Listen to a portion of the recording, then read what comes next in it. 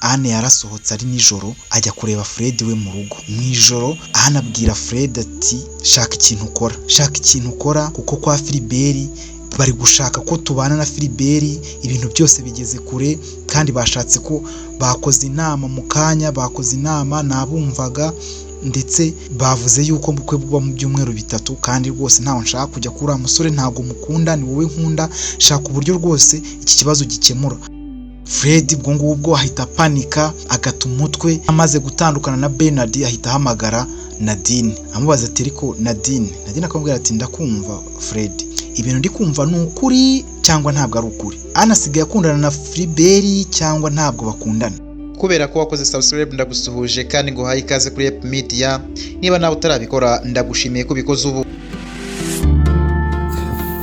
Nongeye kugusuhuza kandi ngo haye ikaze kuri Yep Media. Nkaba nkubwiye Yambo aho uherereye hose nyine nkaba ngo haye ikaze kandi nyine mwishimiye cyane nkuko nawe wanyeretse kunyishimiye, nkuko nyine wakanze subscribe hano kuri Yep Media aho uri hose nkaba ngusuhuje. Uyu ni wa mwanya rero mwiza dusangira inkuru, dusangira ibitekerezo kandi tukongera tugasabana tugendeye ku nkuru ziba zarabayeho, ariko nyine tukagira amasomo amwe namwe dukuramo kandi atwigisha mu buzima bwacu bwa buri munsi. Waba uri mu Rwanda, waba uri muri Afurika, nyine ibihugu byose byo muri Afurika, ibihugu duturanye muri Kenya, Tanzania, Uganda, Burundi ndetse na Repubulika Iharanira Demokarasi ya Kongo, dukomeje kwihanganisha abari kuburira ubuzima mu mirwano ya M23 ndetse n'ingabo za FARDC ndetse n'abandi bafatanya nabo nka FDLR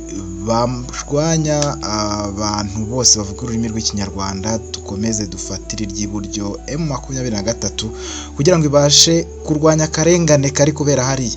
Aho uri hose rero ndagusuhuje, niba uri mu bitaro nawe ngo haye ikaze hano kuri Yep Media. Imana igufashe ukire niko ngusengera amanywa nijoro. Niba uyu munsi wahombye nawe mucuruzi wihangane, Imana igufashe ejo uzunguka nyine kandi ujye wizera muri byose ko bishoboka. Niba uri kunyumva utwaye, niba uri kunyumva uri mu modoka bisanzwe, niba uri kunyumva uri mu rugo, niba uri kunyumva uri mu kazi kawe, niba uri kunyumva uri gukora ikiyede cyangwa se aho uri uteruye ikarayi cyangwa se ufite itafari n'ahantu hose waba uri, ngo haye ikaze kandi courage mu byo uri gukora byose. Imana ibiguheremo amahoro n'umugisha, ikurinde kurwara. Uyu munsi rero inkuru yacu tuyitangirira ku muhanda, ahantu tubona umukobwa batambuka ajya kuri farumasi abagiyeho. Ni umukobwa ukiri muto, bigaragara ko akiri umunyeshuri wiga amashuri yisumbuye, ariko nyine umukobwa rero aragenda aba afite intege nkeya rwose, bigaragara ko afite intege nkeya, acitse intege, nta mbaraga afite. Ariko nyine yinjira ahantu muri farumasi, noneho yagera muri farumasi aragenda akagura imiti. Aba hahagaze umugabo ugaragara ko akuze, afite n'imisatsi yatangiye kuzamo umusatsi wa kabiri, urumva nyine ibyo dukunda kwita imvi. Urumva umugabo w'igikwerere ugaragara nyine nk'umugabo w'umusirimu cyane usobanutse. Aba ari kuganira rero n'umuganga uri gukora muri iyo farumasi. Noneho umwana w'umukobwa aragenda akabaza imiti ndetse umuganga akamubwira, nyine muganga mvuga n'ucuruza farumasi, amubwira ati none se mama yongeye kuremba cyane? Aramubwira ati oya ntabwo yarembye, ahubwo nuko nyine dogiteri yaranyandikiye imiti, arambwira ngo ni imiti nza kuyifata kubera mu kanya nimugoroba nyine niyo ari buze gufata. Ubwo baramubwira ati nta kibazo, niba biri kugenda biza reka twizere ko bizakunda. Umwana nyine yaba yacitse intege w'umukobwa nyine, ariko muganga nyine akamusubizamo icyizere nyine mu buryo bugaragara. Noneho uwo mugabo rero uburi aho ngaho ahagaze aho ngaho abaza muganga ati none se mama w'uyu mwana arwaye iki? Arambwira ati mama w'uyu mwana afite indwara irenda gukira, ariko nyine yamaze hafi amezi 5 hano mu bitaro. Imiti yose bamwandikira nyine uyu mwana aza kuyigura aha ngaha. Uyu mwana nyine niwe usimburana na mugenzi we ariko mukuru, kubera ko mugenzi we ari nawe ubyarwa n'uwo mumama. Abadahari nyine iki gihe uraraza nimugoroba mu kanya kari buze kuko aranaharara we. Ariko nyine biri kugenda biza, arafunga imiti rero akayifunga neza akayiha uwo mwana. Noneho ko wa mugabo kubera kugira amatsiko menshi ahita abaza uwo mwana ati none se niko wa mwana wanjye witwa ndubundi. Wa mwana w'umukobwa aramubwira ati nitwa Luna. None se mama wawe twajyana nta kibazo nkareba uko amerewe niba ntacyo bitwaye? Ati nta kibazo mwaba mukoze, ntabwo ari kure, ni hano kuri ibi bitaro nyine duturanye kwambuka umuhanda.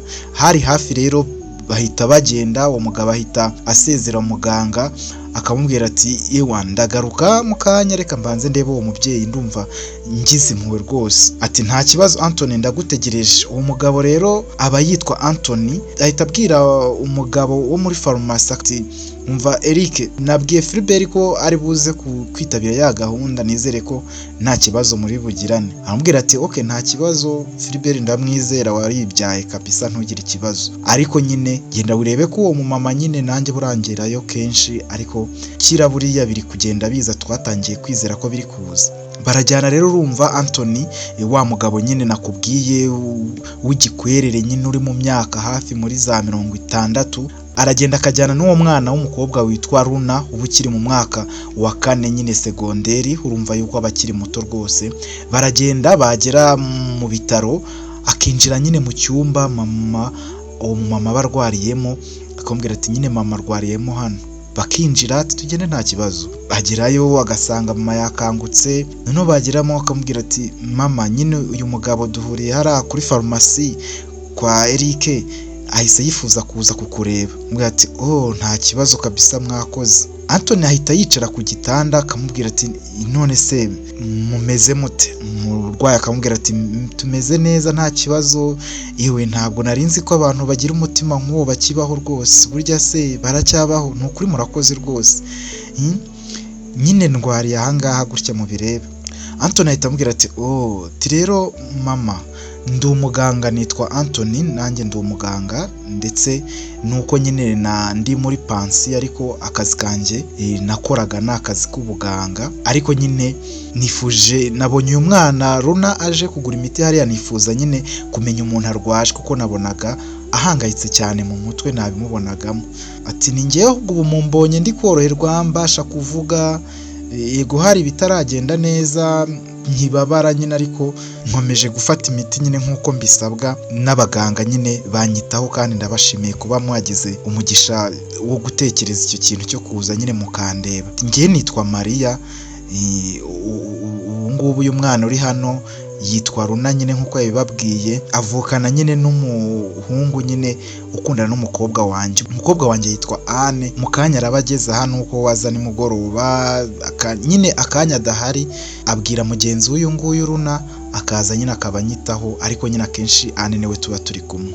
Gusa nyine Luna nawe ni umwana Imana yanyihereye rwose, kuba kwa musaza we ni ibintu nshimira Imana cyane. Anthony rero amubwira ati oh rwose Imana yaragufashije, ndabona uri kuzana ubuyanja, ndabona uri kugaruka, nkurikije ibintu mbwiye n'ahantu wanyuze, ndumva ari ibintu byari bigoranye cyane ko umuntu yakizera ko wakira, ariko ndabona byaraje, Imana ishimwe. Njye rero ndi kwihuta, ariko akira amafaranga urebe ukuntu mwagura imbuto, mwagura utuntu ukeneye two kunywa, ku buryo nyine worohereza umubiri ukumva nyine wamera neza. Nakayifuje kukugemurira bihagije, ariko nari ndi gutambuka nuko narinje kureba muganga Eric kugira ngo mubwire gahunda afitanye n'umuhungu wanjye Philbert ko yabonetse, kuko yari amaze iminsi ari hanze, niyo mpamvu nari mpanyuze, ariko nzaza rwose ngusure ndetse tunaganire birenze, kuko nanjye nkunda buriya kugira uruhare mu kuba nagiriho, mbese umuntu nkawe numva kandi byahise binzamo ubwo hari impamvu byaje, kandi Imana iragukiza rwose. Anthony rero aragenda asezera Maria uburwariye nyine mu bitaro mama wa Anne, noneho akavaho akagenda. Noneho Luna nyine aramuherekeza, ariko ntamugeza kurahita asubirayo. Noneho ubwo nyine Maria akashimira Luna cyane, akamubwira ati rwose urakoze mwana wanjye. Luna akamubwira ati rega njye ntunshimire mama, ahubwo ushimire rwose Anthony, kuko yabimbwiye bimubajije, ntabwo nabimubajije, yambonye gusa arambaza ibibazo, numvise kumbaza ibibazo byinshi, ndabwira ze tujyane nawe binsabye, nuko byagenze. Ahubwo ntabwo nari nzi ko abagabo bakuru bagira umutima mwiza kuriya, nari nzi ko umutima mwiza ugirwa n'abamama nkawe rwose, ntabwo nari nzi ko nyine bibaho na biriya. Barishima cyane rero, ubwo umugoroba uragera, akaza nyine Anne akamusimbura maze Luna agasubirayo. Rero mama Anne akomeza kurwarira nyine mu bitaro iminsi ikicuma, ariko nyine ari nako yitabwaho ku buryo nyine buhagije. Luna rero arataha yagera mu rugo nawe urumva asimburana nyine na Anne bisanzwe ku bitaro.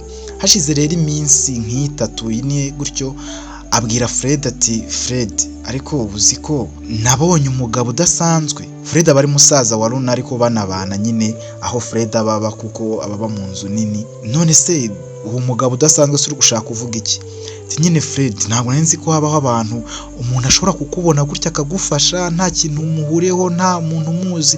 Tuzi ko mama Anne ejo bundi haje umugabo witwa Anthony duhuriye kuri farumasi, nyine amubwira inkuru zose uko zagenze. Fred aramubwira ati abo bantu nanjye numva batabaho, ahubwo numva ndi kurota. Byose bibaho. Mama Anne isi yabitwaye ati Anne yasanze se umugabo ahari, amubwira ati oya ntabwo yari ahari, ariko nyine Anne rwose yarishimye byatanje kubera nyine ibyo bintu. Gusa nyine ntabwo nyine nabimubwiyeho birambuye, namubwiye utuntu dukeya. Nakekaga ko mama we nyine Mariya ari buze kubimubwira birambuye kuko yarishimye cyane.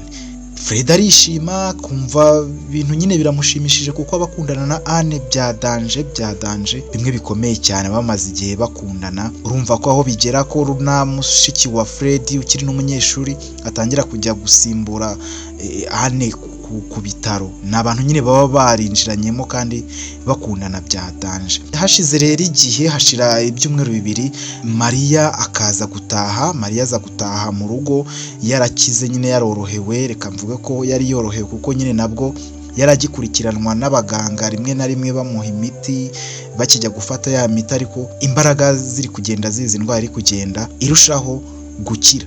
Fred rero ajya kureba nyine wo nakita nka nyirabukwe cyangwa se mama Anne, akagerayo akamusura akamubwira ati amakuru mumeze mute. Mama Anne aramubwira ati ewe nagiriye ibihe bitari byiza wenda bitewe n'uburibwe nagiraga, ariko nahuriye n'abantu beza, nagize abantu beza. Ubwo mama Anne nyine Mariya abwira Fred ibintu byose, amubwira ukuntu nyine yahamenyeye umugabo mwiza witwa Anthony akamwitaho ndetse agatuma n'umuryango we bamenyana, mbese ko yahahuriye n'abantu benshi babagira neza. Fred rero arabyishimira akamubwira ati ndabyishimiye cyane, Imana rwose ishimwe yarabafashije kandi natwe twari tubafatira iry'iburyo. Buriya nubwo ntakundaga kuza cyane, ariko Luna yambwiraga buri kimwe cyose cyabaye kandi numvaga nishimiye kubera hambereye, kandi rwose Imana yarakoze kubakiza. Mariya ashimira rwose umuhungu nyine ukundana n'umukobwa we ari we Fred, amubwira ati rwose Fred ukomeje kunyereka ko uri umwana mwiza, kandi rwose Anne icyampa ntazigera kubabaza n'uwo mutima rwose. Fred aramubwira ati oya Anne turaziranye, tumaze igihe dukundana, buriya ntabwo imyaka 2 aba ari akantu gatoya. Turaziranye, ntabwo Anne nta kintu cyanturukaho kimurwanya, nta n'ikintu cyaturuka iwe kindwanya, turaziranye bihagije, ahubwo mwarakoze rwose mba mbashimiye. Nimugoroba rero Fred nyine urumva ahereza Mariya ibyo aba yamuzaniye nk'impano n'imbuto, nk'umuntu nyine wasuye umurwayi, agataha nyine Anne akamuherekeza. Anne baramuganira, aramubwira ati rero Fred, sinzi niba bisigaye bigaragara nabi, gusa nyine unyihanganire ko ntari nkibona umwanya wo kukwitaho, rimwe na rimwe sinitabe telefone, ariko ngiye kuboneka, ntugire ikibazo, ngiye kuboneka, tugiye noneho tugiye nyine kubonana bihagije, ngiye kujya noneho nabwo ngaruka kureba mu rugo tukaganira, ndabikumbuye cyane, nkumbuye gusohoka, nkumbuye ibintu byinshi byanjye nawe. Urumva uburwayi bwa mama bwari bwaratumye nyine nta kindi kintu ngomba kwitaho, nawe urabizi, kandi ngushimiye kuba warambaye hafi, ni kenshi unyereka ko nkunda kandi ndabigushimira. Fred amubwira yuko ntacyo bitwaye, aramubwira ati ntacyo bitwaye sheri, ibi mbikora nk'inshingano zanjye kandi urabizi ndagukunda kuva kera, ntabwo rero ibi ngibi ari ibintu bikomeye cyane, n'ibitari bituzabikora kandi tuzabigeraho. Barasezerana rero bagahana gahunda yo guhura nyine bisanzwe nk'abantu bakundana. Fred nyine agataha, Anne agasubira mu rugo. Iminsi iricuma rero, urumva Mariya aba afite musaza we cyangwa se wo nakita oncle wa Anne, uba ari musaza we nyine, ndetse anafite n'umugabo we nyine urumva aba yitwa Alphonse ni umugabo nyine uba uri karume cyane cyangwa se ugira uburakari bwinshi kuko abana baba yarabareze nk'umuntu w'umunyamujinya cyane, ariko nyine baramumenyereye. Fred yaramenyereye ko mu gihe Alphonse cyangwa papa Anne avuze nta kintu yongeraho, nyine niba anamubwiye ati papa yanze aba ari ibyo, nta byo kuburana kubera ko nyine aba arakara cyane. John rero ahura nyine na Anthony, baba banaziranye, ariko nyine Anthony atarazi bya John na mushiki we, ataranazi yuko Mariya ari mushiki wa John kuko baba bahura gake, ntabwo baba baziranye bigiye kure.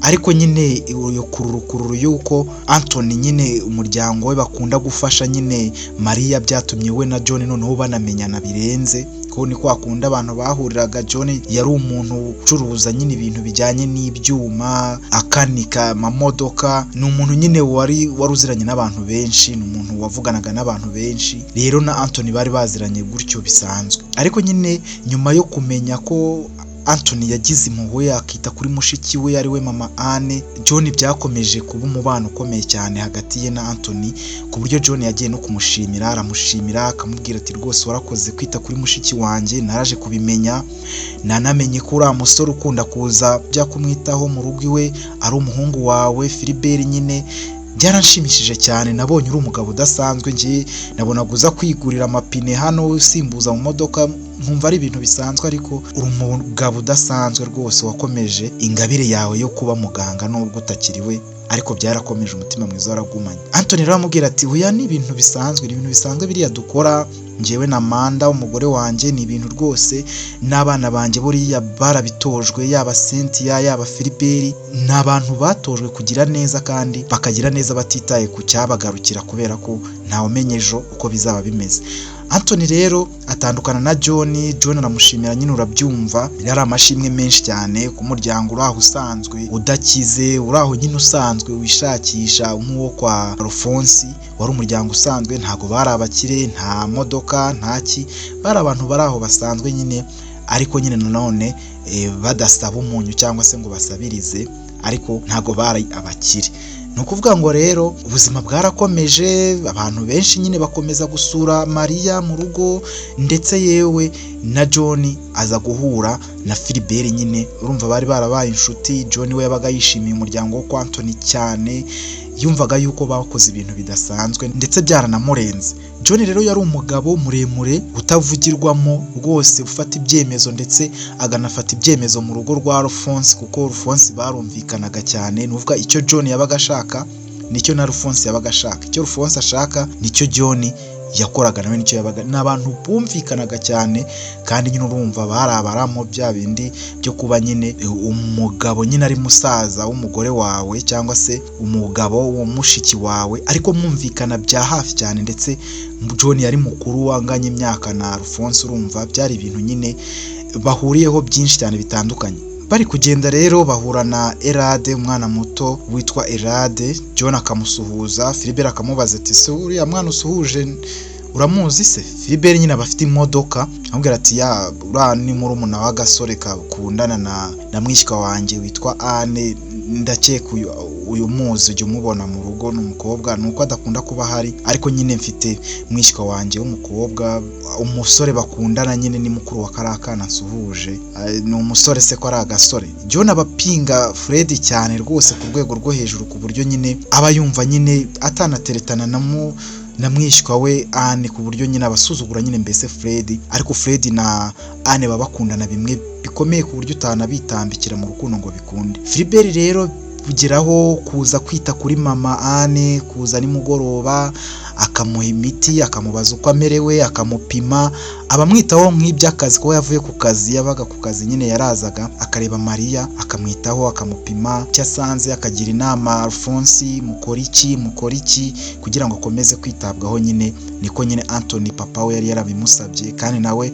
yabikoraga nyine nk'umuhamagaro, kuko nawe yari umuganga nyine ukomeye w'umudokiteri. Iminsi yaricumye rero, Philibert umunsi umwe yari mu rugo iwabo, nyine Anne yarakunze kuhaza ariko Anne atamwereka ko hari ibintu bikomeye, amushimira nyine amufata nk'inshuti y'umuryango, nk'inshuti bagira iwabo neza. Ariko Anne nta kidasanzwe atekerezaga kuri Philbert, yaramuherekezaga akamugeza ku muryango w'irembo agafunga akagenda akisubirira mu rugo. Philbert akatsa imodoka ye nawe agataha. Byari aho ari uko bimeze, ariko Philbert inshuro nyinshi ahaza nyine atangira kujya abona Anne akamwiyumvamo, akamubaza utubazo tw'amatsiko, akamubaza ati se ubundi kubera iki nkunda kubona utuje, aba ari ukubera iki? Anne rero yari umukobwa w'imibiri yombi, mwiza cyane, ubyibushyemo ariko atari cyane, muremure ariko udakunze kuvuga. Amubwira ati nuko nteye rega, ntabwo urabimenyera, ntureba ko na hano hari igihe abantu baba bari guseka bose, njye nibereye mu tundi tuntu twanjye utamenye, nyine nuko nteye,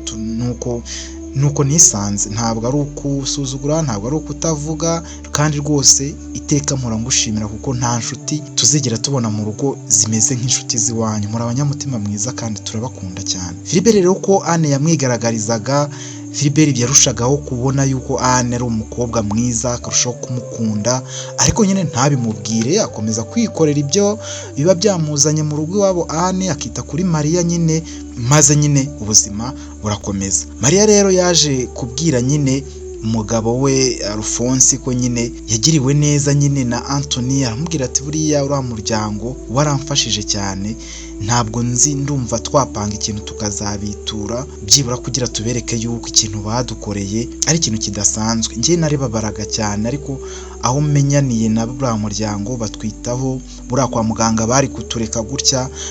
Philbert aragenda akazana imiti tutakigura, ibintu byose babyitaho, baratugemurira hano mu rugo, bivuga ko ntubona ko dufite kuzabitura. Alphonse aramubwira ati none se tubitura iki? Turabitura iki? Njye nakabituye n'inka n'ijana cyangwa abaha ibiki byose, ariko ningira icyo mbona tuzabitura, nuko ntacyo mbona gikwiye rwose. Ubugwaneza bwabo mugore mwiza, barakuvuye yego kwa muganga barakuvuye, ariko kubera uriya muhungu wa Anthony akomeza kukwitaho, mbona ibintu bigenda birushaho kuba byiza kuko ubanza ari umuhanga ahari. Ubuzima rero burakomeza. Umunsi umwe John agahura na Anne ari kumwe na Fred, bakundana nyine, umva ni sheri we, baba bari kumwe nyine, gusa John nyine abadakunda nyine Fred, abatamwiyumvamo, akabasuhuza nyine akigendera. Fred rero John amaze kugenda, baba bari kugenda mu nzira hafi n'iwabo wa Anne, kuko nyine Fred abavuye iwabo Anne, ariko John abari kujyayo. Fred abwira Anne ati ariko se uriya mugabo onkere wawe ko buri gihe mba mbona ndeba nabi, biba bimeze bite? Anne aramubwira ati, amubwiza ukuri, amubwira ati nyine sheri, ntabwo John nyine agukunda, ntabwo kwiyumvamo, sinabiguhisha, ubwo umaze kubyibonera niyo mpamvu mpisemo kubikubwira, gusa ntibikagutera ikibazo, nta kibazo ibyo ngibyo biteye, ngenda gukunda kandi mu rugo barabizi ko ngukunda, papa arabizi, mama arabizi, so John rero ntakagutera ikibazo, kandi ntukumve ko nawe nyine ukeneye ko akwitaho, ni kuri ateye birenga ibyo ngibyo rwose. Ngenda bizi yuko John ni kuri ayitereye, yiyumvamo abantu bakeya cyane. Buriya umunsi umwe hari igihe azakwiyumvamo araharara, nyine niko ateye, twaramumenyereye mu rugo. Gusa nyine ujye umenya nyine uko ugenda kuko nyine buriya akenshi aba ari kumwe na papa, ibiki wowe ujye witwara uko witwara, ndabigukundira, wubaha mu rugo, wubaha papa, wubaha na John utabukwitayeho. Njye nicyo kintu ngukundira, kwicisha bugufi kwawe, kandi nta kintu cyantandukanya nawe. Subira rero uzabirenge, ntukabyiteho, pfa kuba ubizi nawe warabimenye. Bagakomeza nyine kuganira, bakagarura urukundo rwabo, rukongera rugakomeza cyane, bagatangira gusohoka, bakaganira. Mbese Fred nawe aba yita kuri Anne ku buryo buhagije, ku buryo bwose bushoboka, kubera ko abashaka ko nyine Anne anezerwa, kandi nyine baba bamaze igihe bakundana. Nawe urabizi abantu bakundana ko bagomba kwitanaho nyine nk'uko biba bikenewe ku mpande zombi. Ubuzima burakomeza rero. Umunsi umwe urumva Anne bafite inshuti ebyiri z'abakobwa, uwitwa Melia n'undi witwa Nadine. Aba ari inshuti nziza cyane zabaye hafi ya Anne mu buzima yari amazemo iminsi bw'uburwayi bwa mama we, nubwo yari atarakira neza, ariko inshuti ze zamubaye hafi. ya Melia yaramuhamagaraga bakamugemurira, cyane cyane Nadine, kubera ko Melia we yabaga afite akazi kenshi, ariko Nadine bari baturanye, so yamwitagaho cyane. Umunsi umwe bari baje kumusura rero, nk'uko bisanzwe bahagiraga kenshi, mu gihe bari kumwe bari kuganira bari gutera amastori Philibert araza. Philibert nakubwiye ko ari wa musore uvuka kwa Anthony, ni umuhungu wa Anthony ufite mushiki we witwa Cynthia. Baba nyine bavuka kuri wa mugabo nakubwiye uw'igikwerere cyangwa se mukuru witaye kuri Maria mama wa Anne. Uwo musore rero cyangwa se umudokiteri ubura umuhungu wa Anthony yazaga mu rugo kenshi kwa Maria kumwitaho no kumuha imiti no kumupima ngo arebe ko ubuzima buri kugenda neza mu gihe yari asigaye arwariye mu rugo yaravuye ku bitaro. Rero Philibert asanga nyine abakobwa nyine nakubwiye b'inshuti za Anne ari we Amelia ndetse na Nadine basanga mu rugo abatwaye imbuto aje kureba nyine Maria nk'uko bisanzwe. Philibert yazanaga utuntu dutandukanye, akazana imbuto, akazana utuntu twiza, akazana impano, rimwe na rimwe akanazanira Anne utuntu nyine twiza, ariko Anne ntabyiteho, ntabihe agaciro cyane, akumva yuko ari uko nyine ari uko bateye kubera bari abakire, akumva ko ubwo mu bakire ariko babigenza, ko batajya mu rugo cyangwa se ngo bagende gusura abantu amara masa. Ariko nyine ntabwo ariko Philibert we byari bimeze mu mutwe we cyangwa se mu bitekerezo bye. Yarabasanze rero baraganira, arabasuhuza, Philibert arabibwira, Anne nawe aramupresenta nyine bihagije, baramushimira. Ba Amelia baramushimira, urumva bishimiraga ikintu cyose cyashimisha Anne nk'inshuti yabo magara. Babwira Philibert ko ari umwana mwiza nyine. Philibert arishima cyane, urumva nawe yumvaga nyine afite ishema kuba hari icyo yafasha umuryango wa Anne, cyane ko yarasigaye akunda Anne ku rwego rwo hejuru ariko atarabimubwira. Ubuzima rero bwarakomeje.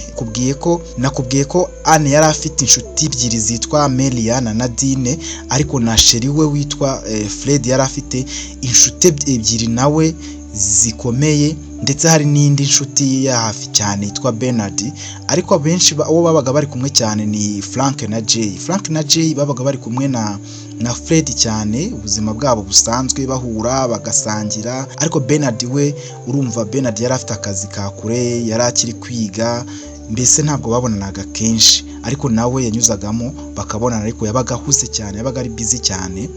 Noneho rero umunsi umwe Frank na Jay bari kugendana nyine babonye Anne aherekeje Philibert. Urumva Philibert yari asigaye yisanga mu rugo iwabo Anne, kurumva hari hashize nk'amezi hafi 2 n'igice yashyira 3 aza kwita kuri Maria mama wa Anne. So rero babonye nyine Anne ari kumwe na Philibert amuherekeje, bamubonye asohotse mu rugo iwabo amuherekeje, ariko Anne we ntabwo yababonye. Anne we nyine urumva bababonye bari inyuma yabo, bahita banimanukira ntibabibereka, ariko nyine batekereza ko Anne yaba afite undi mukunzi utari Fred, kubera ko nyine bo ntabwo bitaga ku by'iwabo wa sheri wa Fred inshuti yabo cyane.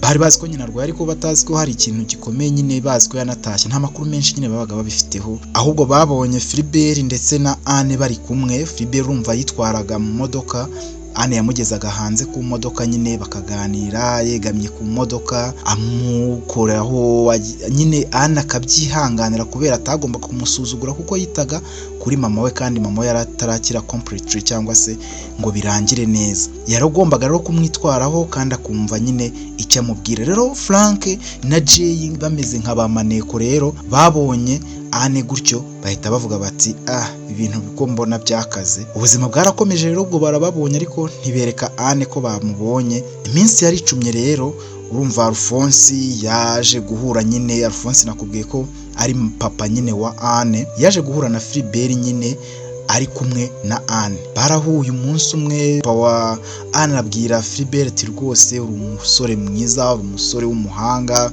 iwanyu turabakunda. Anne rwose ajya kwitaho, kandi ndabona rwose muba mwahuje urugwiro by'abana, rwose muba mwahuje urugwiro, mwaganiriye, ujye umubwira, ujye umuhugura, amenye ubwenge nkawe rwose, dore buri ibyuzi aba ari byinshi cyane, sibyo? Philibert abwira nyine Alphonse ati rwose papa ntacyo ntakora, natwe turabakunda cyane, buriya papa ni kuri yateye, kandi natwe ni imbuto twamukuyeho. Anne nawe turi inshuti cyane, ndetse turi kugerageza kongera ubucuti bwacu, ndabeshya Anne. Anne araseka ntagire ikintu avuga nyine, ariko akarenzaho. Alphonse rero arabwira ati rwose umukobwa wanjye namureze neza, ntabwo ushobora kurambirwa, rwose ni umumararungu, kandi nyine nkomeje kubashimira uburyo wita kuri madamu, uburyo wita kuri mama w'abana, buriya byaratugoye nyine. Alphonse yaravugaga cyane, yavugaga amagambo menshi, abwira nyine ashimira Philbert n'umuryango we, abacaho nyine arigendera arikomereza. Iminsi yakomeje kwicuma iragenda rwose irahita, urumva hari hashize hafi amezi 3 n'igice.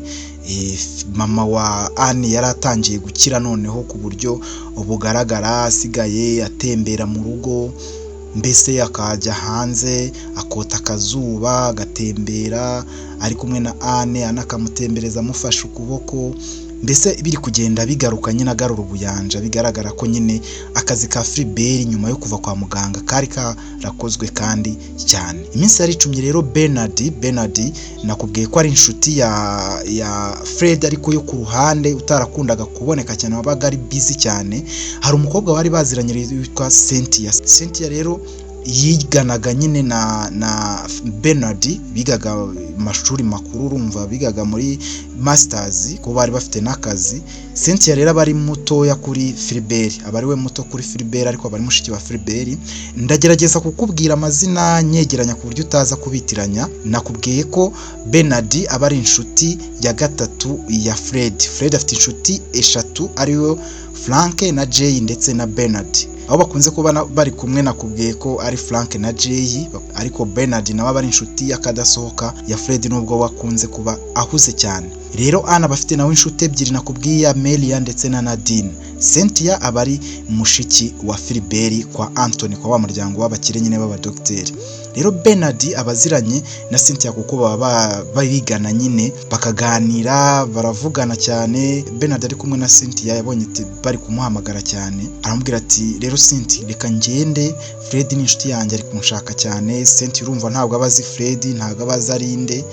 Baraganira nyine ariko akamubwira ko nyine afite umukobwa bakundana, nyine amubwira udukuri twa Fred nyine, ariko mumusobanura nyine ni umusore romantique ukunda gukundana cyane, afite umukobwa bakundana, ariko ntamubwira amazina y'uwo mukobwa ukundana na Fred. Urumva babivugaho, ntabwo aba ari kumubwira CV ya Fred, ariko nyine amubwira nk'umusobanura nyine inshuti ye ko ari inshuti iri romantique izi gukunda nyine witwa Fred ko ari bumuhamagaye. Bagatandukana nyine. Philbert rero aza guhura na Runa nakubwiye ko ari mushiki wa Fred, umwe wabaga nyine ku bitaro asimburana na Anne, umukobwa wa Maria nyine. Anne ari nawe ukundana na Fred bisanzwe. Fred yari yarohereje rero mushiki we wiga segonderi ukiri muto kugira ngo ajye asimburana nawe, kubera ko Fred we yari afite iduka ry'inkweto n'imyenda, yagombaga kujya mu kazi. Wumva umusore wibana ugomba kwita kuri mushiki we, ababyeyi babakure, mushiki we yiga mu mujyi babagamo, urumva yagombaga kwita ku kazi cyane. Akohereza rero mushiki we Runa kugira ngo ajye kwita ku mubyeyi nyine wa Anne wari urwaye kugira ngo nawe ahaboneke mu burwayi bwe. Rero Philbert na wa muganga nyine cyangwa dogiteri umwe usigaye akunda Anne ahura na Runa. Urumva aba yaramenye Runa, papa yaramubwiye nyine uburyo yamenye uriya muryango, akamubwira umukobwa Runa abamuzi. Barahura akamutwara mu modoka, abagiye nyine ku ishuri akamugezayo, kubera ko aho abanyura kenshi Runa bakunda kuhanyura, hari igihe amutwara akamugezayo. Ariko Philbert ntabwo abazi cyane ibijyanye na Fred, nta nubwo aba biha agaciro cyane, ko Fred aba ari umusore uraho wifitiye iduka ry'inkweto n'imyenda, ariko Philbert ari umuryango w'abakire, afite imodoka, afite akazi, ari dogiteri, yarize bihagije. Ntabwo yabihaga agaciro cyane, yarabyumvaga ariko ntabyiteho cyane byo gukundana nyine kwa Anne na Fred. Rero nawe yamutwaraga bitewe nuko ise nyine amuzi, ise Anthony. Nabikubwiye uze kunkurikira nyine ntutakare, ndagerageza nanjye kugenda nkwibutsa amazina yose kugira ngo utaza nyine kuyoberwa uko byagenze. Gusa nyine wowe unkurikire wumva ukuntu iyi nkuru yaje kurangira. Iminsi rero yaricumye. Fred yagarutse kureba Maria. Nakubwiye ko Maria yari asigaye yarorohewe, ntabwo aba akirwaye cyane, aba ari kugenda nyine yoroherwa, agerageza kugenda atembera mu karitsiye gake gake ku mugoroba. Fred rero aza ariko agasanga Anne ntahari, akaganiriza nyine nyirabukwe kuba basa nk'abamwakiriye nyine nk'umukwe. Baramuganira, akamubwira uko ameze, akamubwira ati ndi kugenda ntora akabaraga. Anne ntabwo ahari nyine, yagiye kureba inshuti ze, ariko nyine araza gutaha ndabyizeye gusa ndababaye kuba utahamusanze. Fred aramubwira ati hoya rega ntabwo akenshi nza buri gihe nje kureba Anne ko Anne ni muzima, tuba twavuganye kuri telefone igihe kinini, nyine ni mwebwe mbanje kureba uko mumeze, niba biri kugenda biza kubera nanjye ntabona umwanya mwinshi muri ubu buzima, nyine mba nanjye nagiye muri gahunda nyinshi zigomba nyine kumfasha kubaho muri ubu buzima. Mariya rero abatangiye gufata akabaraga, batangiye gushira amezi hafi ane Philbert atakikunda no kuhaza cyane, agenda nyine agabanya igihe cyo kuhaza, ariko akahaza ahanini aje kureba Anne, akanagiza ku muryango akavuza amahoni, Anne agasohoka bagasuhuzanya, Philbert agasubirayo. Byari bitangiye kujya biba. Noneho rero nyuma y'iminsi 5 Anne ajya kureba Fred ku kazi, kubera ko nyine Anne cyagihe ntabwo Fred yahamusanze kandi bari bakumburanye, bari baherukanye nyine igihe yari amuherekeje, nyine cyari hashize mbese igihe batabonana.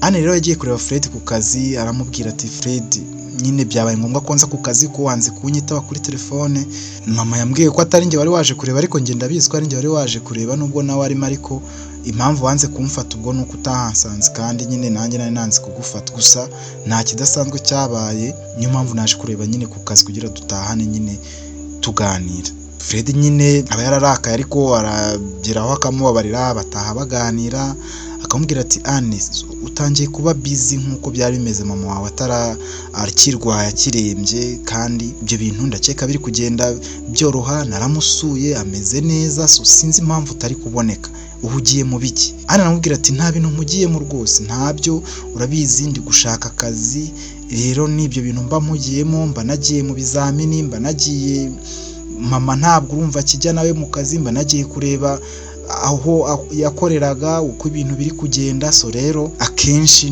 ntugire ngo hari ikibi mbangamije, urukundo ndarufite kandi n'urwawe ntaho nzajya. Fred ndagukunda kandi ntugahangayika, ujye unyizera kuko nanjye ndakwizera, nizera ko nta kosa ushobora kunkorera, kandi rwose ujye wirinda kumbabaza, umufate kuri telefone kuko ngeyo ntagufashe nanakwandikira ubutumwa, rero sinzi impamvu ukunda kurakara kandi mba nakubwije ukuri.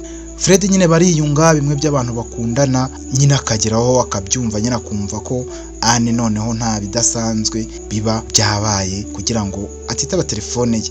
Iminsi ikomeza kwicuma rero, Philbert nyine ari mu rugo, baba afite mama we w'umusirimu cyane witwa Amanda, bugeraho nyine bari ku meza, papa we ntabwo aba ahari, akamubwira ati mama ti wenda sinzi niba ari ubugoryi, ariko nsigaye numva hari umukobwa hariya kwa Alphonse, nsigaye numva nyine twaba turi kumwe kenshi, ntabwo mbizi, urabizi ibintu byinshi ndabikubwira, ibintu byinshi ndabikuganiriza uko niyumva, nsigaye numva Anne twaba turi kumwe, namuhamagara nkamenya uko ameze kurusha uko numvaga mama we, nyine mpangayikishijwe na mama we, nsigaye ahubwo numva mpangayikishijwe na Anne.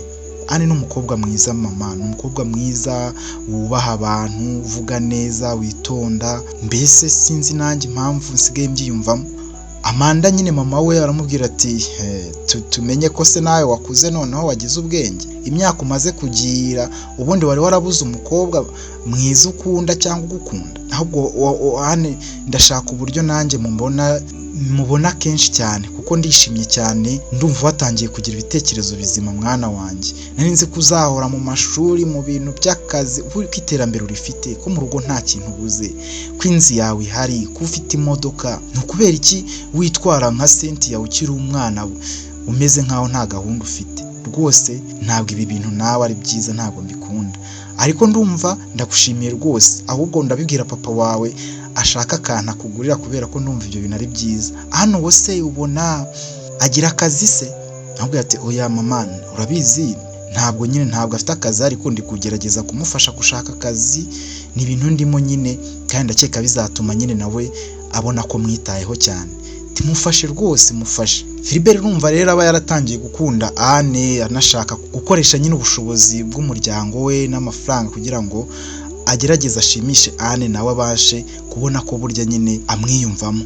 Ubuzima burakomeza rero, iminsi ikicuma, mama wa Philbert Amanda akajya gusura Mariya, ajya kumusura muzaniye impano, nibwo bwa mbere wabagiye kumusura, haba hashize amezi hafi 4 n'igice, nyine imiryango yombi imenyanye, ariko Amanda bari umukecuru rwose w'umusirimu cyane, usuzugura cyane, ariko amaze kubwirwa na Philbert ko uriya muryango ko hari ikintu kidasanzwe ari we mukobwa witwa Anne, nawe ashyira agapira hasi agafata imodoka afata umushoferi bakajya gusura uwo mubyeyi witwa Maria yahoraga yumva umugabo we Anthony ndetse n'umuhungu we Philbert bamubwira. Ajyayo rero akamushyira impano bakaganira akaba umwana mwiza rwose, agaca bugufi akamusuhuza akamubwira rwose Imana yarakoze, buri umugabo wanjye ni kuri ateye, nanjye kenshi yazaga ambwiye nuko nyine nanjye mba ndwaye ariko numvisha uyu munsi naza kandi rwose ndabona twagize ibihe byiza. Maria aramushimira kumva nyine yuko akunzwe n'uriya muryango, ariko ikintu gikomeye cyane kiba cyajyanye Amanda kwa Maria cyangwa se iwabo Anne ni uko umuhungu we Philbert yamubwiye ko asigaye yumvamo cyangwa se akunda umukobwa wo mwari uriya rugo ariwe Anne Sheri wa Fred. Kuri uwo mugoroba rero Anne nyine nk'umwana cyangwa se nk'umwana wo mu rugo nyine w'umukobwa yagombaga kuba yarubahaga cyane, yubaha abantu bose, abashyitsi abafata neza. Aherekeza rero Amanda ku modoka nyine akamubwira ati mama murakoze rwose kandi mukomeje kutwereka ko mutwitayeho, natwe turabakunda, ahubwo amadeni tumaze kubajyamo rwose ni menshi. Amanda aramubwira ati hoye uri umukobwa wanjye ntukagire ikibazo, uri umukobwa wanjye uzaze no mu rugo, tereka ngira umukobwa mungana, ngira umukobwa uri mu kigero cyawe rwose witwa Cynthia. Buriya Philbert agira mushiki witwa Cynthia, wenda ajya mukubwira ariko nkeka ko mutarabona, ntuzaze rwose umusure uze mu rugo, nushaka urare nta kibazo rwose, iwacu haragendwa. Baraganira nyine bahuje urugwiro, Amanda ari kumwubaha cyane, urumva Amanda bafite ibanga ry'uko umuhungu we basigaye akunda uwo mukobwa, nubwo umukobwa nyine bafite ibanga ry'uko adashaka nyine kururu cyane na Philbert, kuko we bazi ko icyo bahuriye ari uko yita kuri mama we n'ineza yamugiriye n'umuryango we, ko bafite umukunzi bakunda w'ubuzima bwe witwa Fred. Bari kugenda rero bageze ku modoka bari kumwe na Amanda, Bernard aramubona. Bernard rero agahita abasuhuza, ariko Anne agahita asezera Amanda akajya kureba Bernard ko baganira. Amanda nyine ahita yinjira mu modoka akigendera n'umushoferi we, noneho Anne agasigarana na Bernard. Aramubwira ati Bernard bite? Bernard aramubwira ati ni sawa. None se uriya mama muraziranye? Yego turaziranye, ariko nyine njye n'ubwa mbere tubonanye ntabwo nari muzi, ariko bakunda kuza hano winabyitaho. Ahubwo se Fred muraherukanye?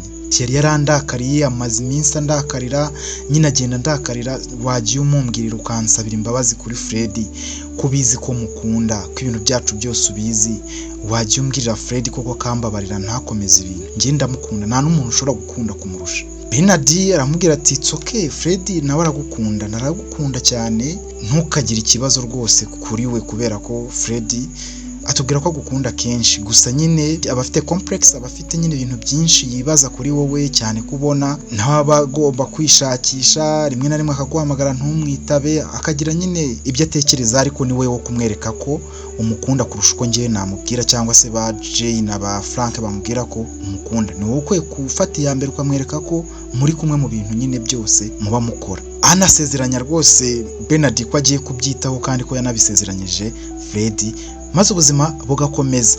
Bugeraho rero Philbert aza guhura na Anne nyine buri mu mujyi, ariko atishimye nyine. Barahura agaparika imodoka, akabona Anne abavuye guhaha utuntu, akamubwira ati bite Anne, avuze amahone nyine, ariko Anne atari kumva. Geraho akagenda akamuparika iruhande, agakuraho akamanura ikirahure, akamubwira ati Anne bite? Philbert siko ntari namenye ko ari wowe, numvaga izi modoka nyinshi ziba zivuza amahoni, ntiwamenye uwo bari guhamagara, ubwo iyo utamparika imbere ntabwo nari kubimenya. Amakuru se? Philbert akamubwira ati ni meza, none se ntabwo uri gutaha? Hari akantu nari ndi gushaka kugura nyine. Anne ntabwo aba ashaka kujya mu modoka ya Philbert, gusa Philbert aramuhatiriza akamubwira ko ako kantu rwose banakagura n'undi munsi, kuko aba ashaka ko bajyana nyine. Anne arabyemera, ntabwo aba ashaka gusuzugura Philbert. Yinjira mu modoka nyine akamuha lift, akagenda akamugurira ako kantu, ndetse niwe wishyura. Ni amavuta aba agiye kugura mu mujyi, ahita yishyura, agahita pakinga modoka, maze akamubwira bagafungura, yamwubashye cyane, bagataha akamutwara amucyuye mu rugo. Genda baganira rero bari mu modoka. Philbert akamubwira nyine ati buriya njyewe rwose sigaye nkureba Anne, rwose sinzi impamvu utabubona ukuntu ububona nkwigaragariza nk'umusore usanzwe, cyangwa ububona bitandukanye. Aramubwira ati mba mbona bisanzwe, ntese hari ikidasanzwe? Mu rugo muradukunda natwe turabakunda rwose n'ibintu, kandi Philbert warakoze, ntabwo nzi ikintu nagushimira bitewe n'ineza wagiye ugirira mu rugo. Mama buriya ni umuntu wampangayikishije cyane, kandi buriya si ubwa mbere arwaye, ariko noneho ndakeka yarakize burundu, kuko nta bantu yagiraga bamwitaho nyuma yo kuva mu bitaro. Ubuho rwose mbona asigaye afite imbaraga. Rero ngufata nk'umuntu udasanzwe, ni inshuti yanjye ya hafi ndetse cyane, kandi ndakubaha. Philbert araseka uranyubaha nyine, nawe ndabizi ko unyubaha, ariko buriya hari icyo mba nshaka kukwereka nyine ko ntandukanye, nyine ndatandukanye, ntubibona ko ntandukanye? Byo nkwereka uburyo nitwara mba nkeka ubibona. Njye ntago mba nshaka ujye mu tuntu tudafite umumaro, ntago mba nshaka. N'ubu akazi kawe ndi kuvugana n'abantu batandukanye, akazi rwose karenda kuboneka, ntugire ikibazo, ibintu birakwegeye kwenda gucamo, kandi ikintu cyose uzajya ugira icyo kibazo ujye umpamagara. Binatandukane n'ibya mama wawe, mba numva tutanabivugaho cyane, kuko biriya nyine mu ruhande rwabyo nubwo mutanyishyura cyangwa ibiki ari ubugwaneza bw'umuryango wacu, biba biri mu buryo bw'akazi cyangwa muri umunyamwuga bwanjye. Rumva nshaka rero tubitandukanye, njye nawe twiganire bitandukanye n'iby'uko mama wawe mwiza yabizamo, wabyaye umukobwa mwiza nkawe rwose.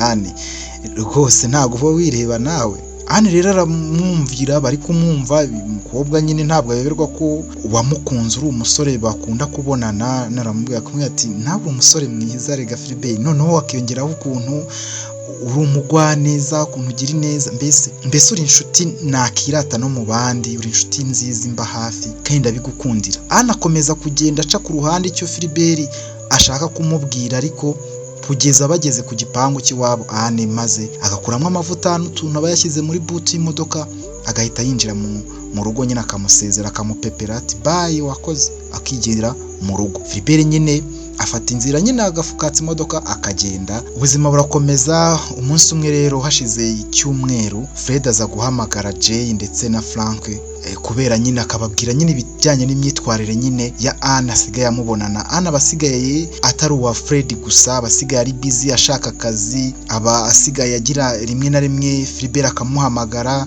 ariko nyine Anne abakunda Fred, ariko Fred aba yaratangiye kugira complex nyine zitandukanye bitewe n'uko uko nyine yabonekaga mbere biba bitaratangiye guhinduka, ariko Anne abashaka nawe kuba busy nyine ngo abone amafaranga, yereke nyine Fred ko nawe afite gahunda, kandi bombi bagomba gufatanya kubaka. Rero Jay ndetse na Frank urumva bashize igihe barabonye Anne, ariko barabihishe Fred, baragize ngo ni ibisanzwe, ariko bakumva Fred ababwiye atyo bakamubwira nese sheri wawe hashize iminsi ariko nje tumubonanye n'umusore, hari umusore ujya ukunda kuza iwabo ari mu modoka. Umusore twaramubonanye rwose tubona bameranye neza, mwifatishwaho, ni wese ugiye kugutwara umukobwa. Twabona ari ugiye kugutwara umukobwa, rero nta wamenya ufatire hafi. Fred yabyumvise atyo biramubabaza, ntabwo aba yarazi ko nyine anajya aherekeza nyine Philbert ku modoka, cyangwa bakaba banagendana, cyangwa bakaba baba bari no kumwe, bitandukanye no kuza nyine kwita kuri mama we. Ntabwo yarazi ko bagirana ibyo bihe byo kuba baba bari kumwe ari bombi. Ababimenye rero umujinya ugarushaho kwiyongera no gukeka no kwigabanyiriza icyizere kuri Anne, ariko ubuzima burakomeza. Cynthia rero nakubwiye ko ari mushiki wa Philbert, ubu wigana na Bernard wa nshuti ya Fred nyine, ariko ikunze kuba iri busy. Ahura nyine na Bernard nkuko bisanzwe. Cynthia bari inshuti cyane ya Bernard, ariko mu biganiro bagirana nyine hazamo Fred. Noneho Cynthia akamubwira ati ariko Fred uho n'ubwa mbere ubwo mwumvise? Amubwira ati afite umukunzi witwa Anne, rwose ni abantu mfatiraho ikigero, ni abantu mfatiraho urugero, barakundana, urukundo rwabo turarukunda cyane. Nawe ubwo ndashaka uzabamenya kandi uzabakunda pe, uzabakunda ndabyizeye. Mu biganiro bagirana Cynthia aza kubwira Bernard ko nawe musaza we afite umukobwa wa Anne bakundana. We ati ubwo se Fred inshuti yawe ikundana n'umukobwa witwa Anne? Bernard akamubwira ati yego ukundana n'umukobwa witwa Anne mwiza bya danje rwose. None se uzi ko musaza wanjye nawe akundana n'umukobwa witwa Anne? Musaza wawe se wa wundi w'umuganga nze? Akundana n'umukobwa witwa Anne. ntabwo nari mbizi ko akunda n'umukobwa witwa Anne, gusa nyine ubwo birashoboka ntawamenya, ubwo ngubwo birashoboka, sinzi abakuntu se ko bitiranwa. Bernard ntabwo aba yumvisha ko uwo Anne ari umwe, kuko nyine ntabwo aba azi cyane ibijyanye n'umuryango w'iwabo Cynthia nyine kwa Amanda, ntabwo aba bazi bigiye kure, gusa bazi Philbert ko ari musaza wa Cynthia, nazi Cynthia, ariko nyine agira ngo nundi Anne utari uwo, akamubwira ati wo ni byiza ariko ntabwo bahuye, ntaho bahuriye. Ati sawa, barakomeza rero, ubuzima burakomeza. Umunsi umwe Fred ajya kureba Anne wabo, ndetse agasanga atari no mu rugo, gusa nyine nanone agasanga nyine Mariya arahari, ari mu rugo. Noneho Mariya ari kugenda yarakize, noneho atangiye gukora uturimo two mu rugo, mbese ari hafi gusubira ku kazi nawe kugira ngo ubuzima bukomeze. Rwose Fred ntabwo aba agiye kureba mama wa Anne, ahubwo aba akumbuye Anne cyane, gusa nyine agira ibyago agasanga Anne n'ubundi ntabwo ahari, ariko nyine hongera akaganiriza nyirabukwe, bakaganira nyine bisanzwe, akishimira ko atangiye noneho gukora n'imirimo yo mu rugo, kuko nyine asanga arimo ahanagura inkweto, akabona ibintu biri kugenda bicamo, bati usigaye ubasha guhanagura inkweto. Mariya abwira Fred ati rwose ubu ngubu nanjye ntabwo Alphonse agikenera Patrick ngo aze gutaha bwije avuye iwawe ngo arare yahanagura inkweto, nanjye ndabasha kuzihanagura nkamuterera agasiraje agacya. Rwose ubu nanjye sigaye mfite akabaraga, Imana yarabikoze rwose. Hari umuhungu witwa Philbert, sinzi niba unamuzi, yanyitayeho rwose, n'umudogiteri, bombi n'umuryango wabo ni abana beza rwose, ubu ngubu tumeze neza nta kibazo, nanjye ndi kugenda nkira. Ni ibintu byo gushimira Imana. Fred bwo aba yumvise Philbert, ariko si ubwa mbere iryo zina riba arimuje mu mutwe, kuko aba yumva ko hari umusore ukunze kuza muri urwo rugo, kandi nyine akumva izina rye, ariko akumva ni ibintu bidasanzwe, ariko nyine aba atangiye kuryumvira cyane noneho, kuko aba atangiye kubona na Anne ubwo nyine atangiye kuba busy, ariko Anne ntabwo aba ari ukuba busy, ahubwo aba ari ukuba ari kugerageza nawe kwiyitaho mu buzima bwe kugira ngo agire icyo ageraho nawe.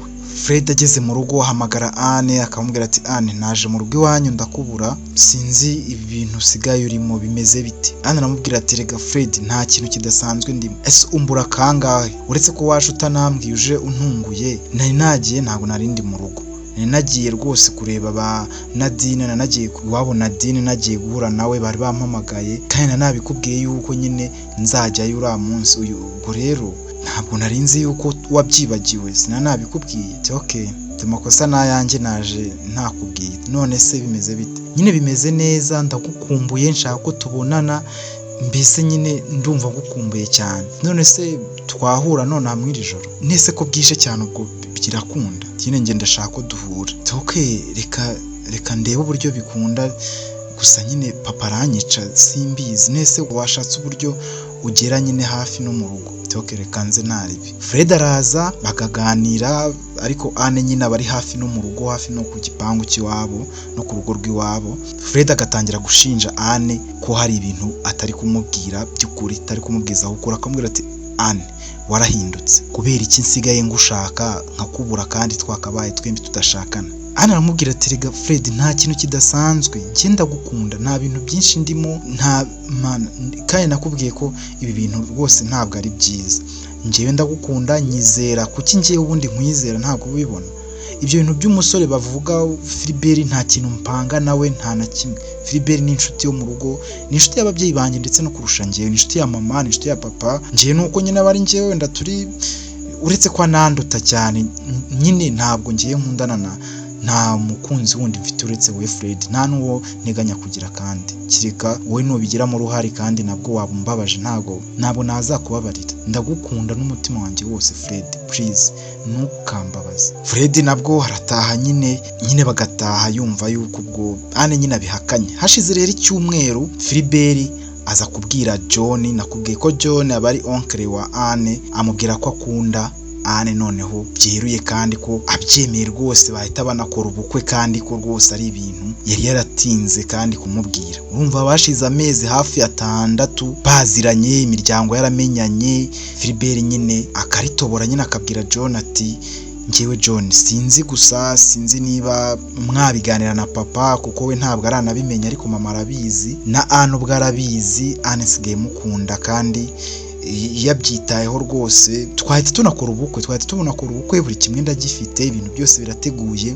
Sinzi rero ko wabingiramo, nawe nzi ko utajya uba umuntu usubiza inyuma ibintu bizima. Ntabwo rwose Anne nagusezeranya ko atazabaho nabi rwose, ni ibintu nagusezeranya kuko ndamukunda n'umutima wanjye wose. Uriya mukobwa yarankuruye, uriya mukobwa ni mwiza, agira ikinyabupfura, arubaha, nta muntu rwose nshaka ko amutsindira, ndamukunda cyane. John rero abwira Philbert ati ibyo byoroshye, ahubwo wari waratinze kubimbwira. Ubundi nibazaga impamvu ubona umukobwa mu rugo kwa Alphonse ntugire ikintu wibwira, kandi mbona naho umaze kuba mukurumo. Sinzi impamvu rwose urakoze cyane, ahita amukora mu biganza, bagawerana bakajya kwihamo kamwe, bakajya gusangira rwose, amubwira ko amubwiye ijambo ry'abagabo. John aramubwira ati rwose njyewe na Alphonse turuzura cyane, si Anne ushaka, ni ibintu rwose ni ukuzimya buji. Anne barakwa ari umugore wawe, ahubwo ujya gutegura inkwano nta kindi. Philbert ashimira John bagataha. Bugeraho urumva Bernard aba yongeye tekereje ibintu Cynthia yamubwiye, ari kwibaza ibyo ari byo, ko yaba yamubwiye ko Philbert yamubwiye ko akundana n'umukobwa witwa Anne. Asanga Fred ku kazi rero akamubwira iby'imbabazi nyine Anne yamubwiye kumusaba no kumutwara nyine gake, ko abizi ko amukunda, ariko akanamubwira ibya Cynthia w'inshuti ye yamubwiye ko Anne nyine akundana na Philbert. Urumva Bernard yari yahambise amenya Anne, ariko yanga kwereka Cynthia ko nyine ari wa Anne bazi nyine. Amubwira ati uriko uzi ko sheri wawe Anne ari gukundana n'umusore witwa Philbert, kandi Philbert mushiki we turaziranye, n'inshuti, ni agacuti kanjye tuziranye cyane, ndetse yambwiye ko afite musaza uri gukundana n'umukobwa witwa Anne, kandi musaza we ageze hariya iwabo Anne nawe witaye kuri mama Anne. Njye naraje kubikontorora ndabibona, ni imiryango isigaye ari inshuti cyane na Manda nyina wa mama wa Philbert na Cynthia baje hariya, njye naranababonye. Rero niba ufite ubwenge urebere hafi Anne, kuko Anne ashobora kuba asigaye ari mu rundi rukundo n'umusore witwa Philbert, kandi ni umunyamafaranga rwose, ufite ibibazo ahubwo niba utarabimenya. Fred ubwo ngubwo ahita panika, agata umutwe. Amaze gutandukana na Bernard ahita ahamagara Nadine amubaza ati ariko Nadine akamubwira ati ndakumva Fred, ibintu ndi kumva ni ukuri cyangwa ntabwo ari ukuri? Anne asigaye akundana na Philbert cyangwa ntabwo bakundana? Nadine aramubwira ati rero Fred, urabizi ndabakunda, wowe na Anne couple yanyu ndayikunda, ndetse na Mary urabizi turabakunda cyane, gusa ntabwo nahamya ko rwose Anne akundana na Philbert. Gusa wenda ubwo wabona Philbert abishaka cyangwa yarabishatse, ariko ntabwo Anne aratubwira undi musore bakundana utari wowe, ntabwo tubizi. Gusa bafitanye umubano bitewe n'uko nyine uriya musore yitaye kuri mama Anne, ndetse ni n'umwana mwiza. Ashobora kuba wenda hari abantu bababonanye gutya, ariko sinkeka ko umubano bafitanye ari ujyanye n'uko baba bakundana, ntabwo mbyumva. Fred abwira Nadine nese umubano utandukanye, ubundi umubano w'umusore n'umukobwa bagirana ku buryo batangira kuba bari kumwe bakorana ku ntoki. Nje maze kubikontorora amakuru yose narayamenye, mbwiza ukuri, ndabizi Nadine uri inshuti yanjye, ntabwo wambeshya, please mbwiza ukuri. Nadine aramubwira rwose ntabwo baba bakundana ngo mbiyoberwe, ngo Anne bataradutumira ngo Philbert ajye kudutamo, ntabwo bakundana. Nane ntabwo arabitubwira, na Mary nta makuru afite rwose ibyo. Gusa tuzi ko baziranye, tuzi ko ari umusore w'inshuti ye, bafitanye umubano, ariko ni umubano usanzwe, ntabwo ari umubano nk'uwo mugirana. Fred ntabwo anyurwa, atangira guta umutwe. Noneho Anne akajya kureba Runa kugira ngo amubaze niba ari we wabwiye nyine Fred bya Philbert, ko nyine basigaye bafitanye umubano udasanzwe. Kurumva Philbert nyine abatwara Runa ku ishuri rimwe na rimwe, ariko bitari kenshi. Aramubwira ati oya, ntabwo ngiye ibyo ngibyo ndanabivuga, nta nubwo Fred ndamubwira ko n'uriya musore Philbert ajya ntwara akamara ifite akangeza ku ishuri, ntabyo azi, ntabwo nkunda kwivanga mu bintu nk'ibyo ngibyo, cyane ko nzi ko ukunda musaza wanjye utamuhemukira. Rero ntabwo urumva nakivanga muri ibyo bintu, nta nubwo Fred abizi rwose, nta kintu kijyanye na Philbert. Miheruka mubwira ibijyanye na se wa Philbert, Mbabazi n'impuhwe yagiriye mama wawe, ariko nta kera, ndetse mama wakiri kwa muganga nibwo nabimubwiye, cyagiye yanaje kubonana nawe hashize amezi agiye kuba ngaha 6 gusa. Nta kintu ngiye navugana na Fred kijyanye n'uriya musore, ntabwo rwose nigeze, ntabwo ari njye rwose. Anne nawe atangira kwibaza isi ikamuzengurukiraho. Urumva Fred ntabwo baba bameranye neza, ntabwo urukundo rwabo ibintu biba bimeze neza. Ubuzima burakomeza rero, John aza guhura na Alphonse. John nakubwiye ko nyine ari muramu wa Alphonse, papa wa Anne. Baza guhura, John akamubwira ati ariko se waba uzi ko uriya muryango ari amahirwe yaje kudusekera muri uyu muryango wacu? Noneho rero Alphonse aramubwira ati uwuhe muryango se? Turiya muryango wo kwa Anthony. Tuzi ko wa musore witwa Philibert w'umudogiteri asigaye akundana n'umukobwa wacu Anne. Takunda n'umukobwa wanjye Anne? Barakunda n'umukobwa wawe Anne, ndetse ahubwo Philibert yambwiye ko Anne atabishyizemo ubugoryi bahita banakora ubukwe rwose, ko ibintu byose bihari. Uriya musore afite inzu, afite akazi keza, afite n'amafarumasi. Naje kumenya ko afite amafarumasi ndetse arenga 3 ye bwite atajyanye na ziriya kampani zasi. Afite inzu, afite mbese uriya mukobwa ahubwo tumukiriyeho. Alphonse ahita amubwira ati ahubwo nimugire vuba, nibagire vuba, niwongera guhura n'uwo musore uzamubwire rwose bagire vuba baze bakora ubukwe rwose natwe tubone uko dukira. John na Alphonse babumvikana ku rwego hejuru, ku buryo kugambanira umukobwa wabo batitaye ku cyitwa yuko yaba akunda, batitaye ku byimviro bye, batanitaye ko akundana na Fred, kandi bose baba babizi, gusa baba basuzugura Fred nyine, gusa aba ari we rukundo rw'umukobwa wabo Anne. Birakomeza rero, ubwo John nyine abagiye kubwira Philibert nyine icyavuye mu byo yamutumye cyo kubimugiramo nyine. Ubuzima rero burakomeza, Anne ahamagara Fred akamusaba ko bahura vuba ku munsi ukurikiyeho, gusa Fred biba byatangiye kumucanga, atakiri kwizera Anne. Anne ahamagara Fred akamubwira ati Fred bite? Fred aramubwira ati ni sawa, nese sheri ko nshaka ko tubonana byihutirwa, waretse ejo tukabonana. Fred aramubwira ati oya ndumva ntameze neza, sinzi niba wabisubika tukabonana ikindi gihe.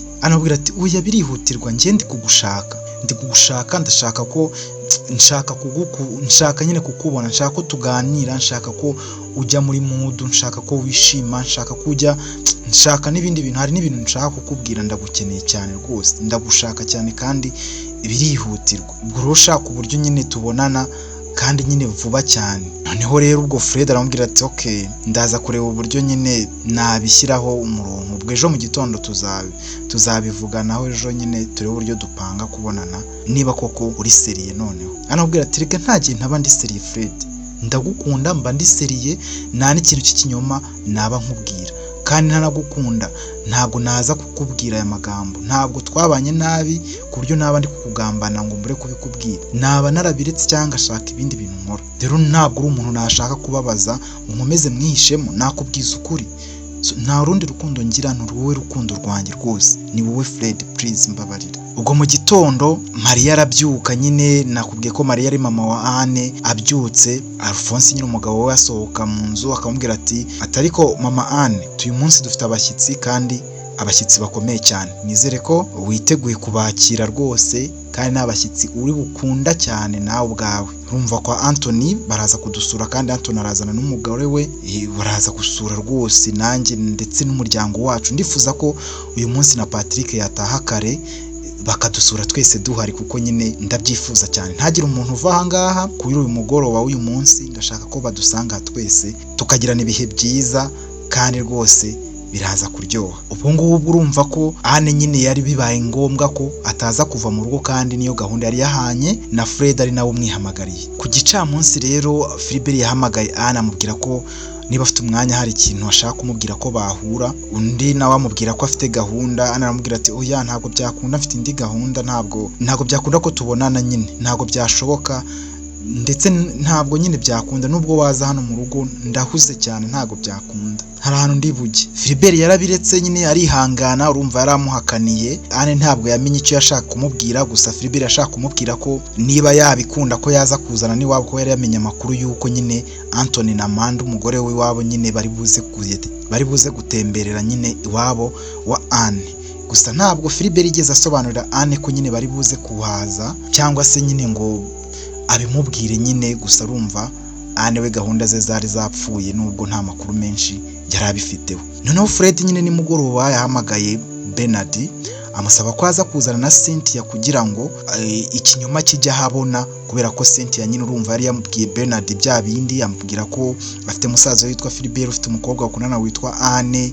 Bernard nawe yari abazi bose, we yabwiye Fred ko Anne afite umundi mukunzi witwa Philbert kandi uwo mukunzi wari musaza w'inshuti ye cyane yitwa Cynthia, bityo ko atagakwiye kubisuzugura. Fred rero yifatiye umwanzuro w'uko najya kubona na Anne kuri uwo mugoroba ari buze guhamagara Bernard akazana na Cynthia ndetse bakaza nyine kugira ngo bamuhamye noneho bya bindi ahora hakana kuri uwo mugoroba. Umugoroba rero warashyitse uragera, Anne aritegura nk'ugiye rwose kugenda. Amaze kugera hanze agiye gusohoka ahura na papa wa Alphonse, aramubwira ko mbona ugize neza sugiye. Nyine papa mfite gahunda arantu ngiye. Tihuya nta muntu usohoka ahangaha, nabibwiye mama wawe mu gitondo, namubwiye ko ababwira mwese na Patrick nizere ko yatashye. Nta muntu uri busohoka ahangaha, dufite abashyitsi bime nabwo subira mu nzu wambura ujye ibyo ngibyo mbona wiyambitse ujye gutegura, mutegure hubwo vuba na bwangu. Ubwo Anne gahunda yo kujya kureba Fred yari ipfuye iryo yishwe n'umuryango we, nyine ariwo papa we nyine Alphonse ndetse na mama we rwose yahise asohoka mu nzu arubwira ati none se nibagiwe rega Anne ntabwo yiriwe aha nawe yiriwe mu tuntu twinshi, rero wakabaye wabimubwiye. Bahita rero babihindura, ubwo Anne nta hantu yabaye akijya nyine kuri uwo mugoroba. Anne yahise ahamagara Nadine ndetse na Mary abasaba kujya kureba Fred nyine ahantu ari kugira ngo baze kumusigariraho, kugira ngo bamuhuze wenda abo bashyitsi niba taha gihari aze kujyayo. Gusa nyine ntago byakunze kuko nyine iyo bageze kwaho Fred yarari basanga Bernard ndetse na Cynthia aribo bahari ariko nta undi muntu uhari. Babaza rero bimeze bite, Fred arihe? Bernard ahita ababwira Mary na Nadine ati rwose Cynthia nguyu turi hano. Fred araje abonye Anne adahari, ahamagaye Anne ntiyamwita, bahise yikubita aragenda rwose. Fred ubanza yasaze niba agiye kureba Anne wabo, niba bimeze bite asundi kubera iki Anne wataje byagenze bite. Cynthia ahita amubwira ati se ubu ni Anne wuti njyewe nzi ko iwacu bagiye gusura abantu bitwa ubwo siho bagiye ko njya numva bagira umukobwa witwa Anne.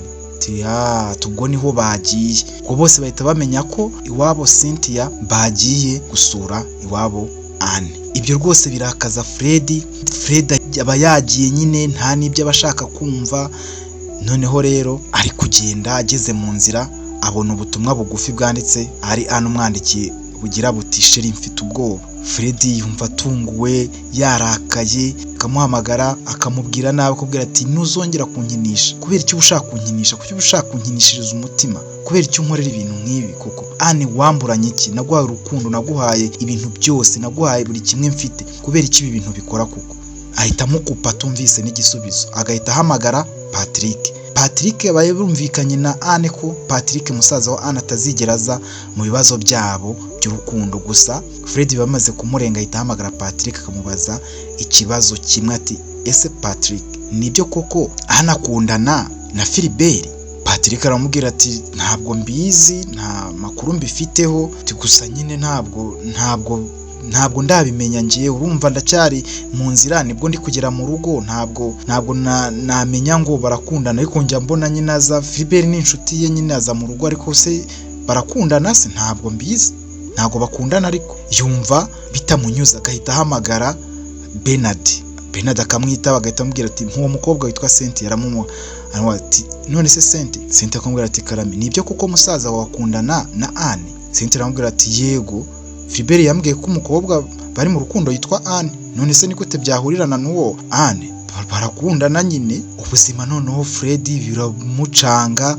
Alphonse muri uwo mugoroba ndetse na Maria rwose hamagara Anne akaza mu ruganiriro, bakaganira n'umuryango wa Amanda ndetse na Anthony, bakamwerekana rwose uyu mukobwa wacu barabakunda. Noneho ibintu byose bakanabishyira hanze, bakabimenya ko basigaye bakundana. Gusa Anne ntabwo abihakanira aho ngaho, ahubwo nyine ahita ajya mu cyumba akiteka akarira. Anne ajya mu cyumba, iyo bamaze gutaha agahamagara Fred akanga kwitaba telefone.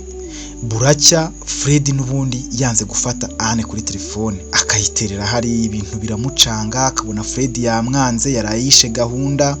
Ubwo Anne ahita afata umwanzuro wo kuva mu rugo akajya kureba Fred, apfukamira Fred akamusaba imbabazi, akamubwira ko nta wundi muntu akunda, akamubwira ko ari we muntu akunda, agapfukama. Fred akamubwira ati haguruka, ntabwo ari ngombwa gupfukama Anne, ntabwo ari ngombwa gupfukama hejuru y'ibintu ukomeza kunkorera. Ni iki kibi nagukoreye? Kubera icyo untwara gutya? Kubera icyo ukora ibi bintu? Nta kibazo, niba ukunda uwo musore wenda bafite ibintu byinshi, yitaga kuri mama wawe, ariko ndumva byarabaye ibindi. Ana aramubwira ati rega nta kindi uriya musore rega akora, yitaye kuri mama ndetse byaranarangiye rwose. Impamvu ntaje ni ukubera ibintu bijyanye nyine n'abashyitsi baje mu rugo, banga nyine kuhava, nyine birantindira mbura uko mpava. Papa nawe yasasi yanze ko mpava, nicyo kintu cyabiteye. Mwese ni abahe bashyitsi bari baje mu rugo? Nyine ni papa wa Philibert na mama Philibert bari bahaje. None urashaka ikindi kimenyetso kindi kibi kihe gukundana na Philibert? Ni ikihe kindi ushaka? Fred aba yarakaye. Ana aramupfukamira akamubwira ati ni ukuri mbabarira, ni wowe nkunda, ntabwo nshaka kumbabaza. Bakiri kumwe, fone ya Ana irasona, yareba akabona ni Philibert umuhamagaye. Ubwo aba ari mu gitondo nyine, bakiri muri ibyo, Fred akamusaba ko yitaba iyo telefone. Ana arayitaba, maze Philibert si ukuvuga neza, atangira kumubwira nyine ukuntu yamurose, ati rwose nakurose, muri umukobwa mwiza, seje iwanyu ngo batwakiriye neza, papa na mama baraye bambwiye rwose warakoze cyane. Ubwo Fred aba yasabye Anne gushyira loud speaker cyangwa se haut-parleur kugira ngo abyumve byose. Anne n'umujinya mu bahita abwira Philibert amagambo maba, umva rero Philibert, winyangiriza ubuzima witwaje ko warokoye ubwa mama. Ni ubwa mama warokoye, warakoze, narabigushimiye. Ntabwo ngo ngiye ngukunda wituma mbabara nkanababaza uwo nkunda, kandi ubizi neza ko ngewe naguhakaniye ko mfite undi mukunzi witwa Fred dukundana. Ntabwo nshaka gukundana nawe, nta nubwo bishoboka, kandi twanararanye. Ubwo Fred aramubwira, ahita kupa nyine. Fred aramubwira ati ngo iki? ngo umubwiye ngo? Anamubwira ati nshaka kumwicaho, nshaka kumubwira ko ntamushaka ngewe. Philibert arongera agahamagara, Ana akanga kumwitaba. Fred akamubwira ati mwitabe.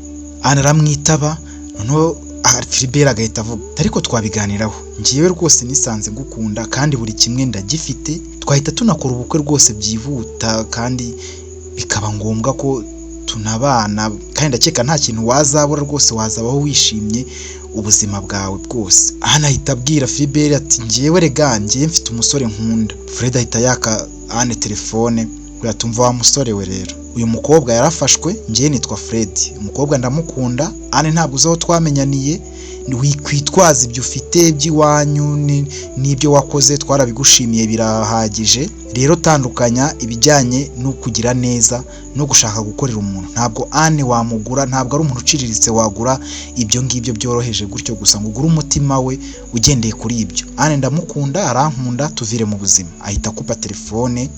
Ubwo nyine Anne iyo bamaze gukupa, abwira Fred nyine ko wabo bamwangiye ko asohoka mu rugo, ko ariyo mpamvu byagenze kwa kundi, akamusaba imbabazi, akamwoherereza Nadine na Amelia kugira bamuturishe, ko ariyo mpamvu yababonye hariya, ko ibya Bernard ibyo atarabizi, ndetse ko ibyo Cynthia yamubwiye byose akamubwira ati Cynthia ibyo yakubwiye n'ibyo umusaza wamushuka, agenda abwira abantu bose ko dukundana, ariko ngiye ntabwo nkundana nawe. Barangira nyine bariyunga, Fred akamubabarira, ubuzima nyine bugakomeza. Fred na Anne bagakomeza gukundana batyo. Hashize rero ibyumweru 2 bameranye neza, John aza kureba Alphonse mu rugo na Maria, yarakaye cyane, akababwira uburyo umukobwa wabo yihaye gusuzugura umuryango wo kwa Anthony kandi bafite byinshi babagomba. Icyo gihe hahita habaho inama y'igitaraganya. Anne agategekwa na nyirasenge Kezi na mama we ndetse na papa we ndetse na nyirarume John gutangira imyiteguro y'ubukwe, kandi mu gihe cya vuba cyane ubukwe bwe na Philibert, kandi ko nta yandi mahitamo na make afite. Ibyo ni ibintu bitungura Anne neza, kamubabaza cyane. Ariko John amubwira ati niba ushaka ubuzima bwawe, John aba ari umuntu ukanganye cyane kandi unakangana, ati ntabwo nshaka kubabaza uriya musore Philibert, yitaye kuri mushiki wanjye ariwe mama wawe, yatwitayeho twese, uriya muryango uradukunda, ibyo umaze kuduha ntabwo wabibara, wiza n'ubugoryo ushaka kwirukankana na kariya gasore kirirwa gacuruza inkweto n'imyenda, ubona kariya gafite imodoka, gafite ikisi. Aha atangira kurira, ubwo ubuzima bugatangira kumubihira. Ubwo mu gitondo Patrick abwira Fred byaraye bibaye nyine iwabo, ubwo Fred nyine nawe akumirwa.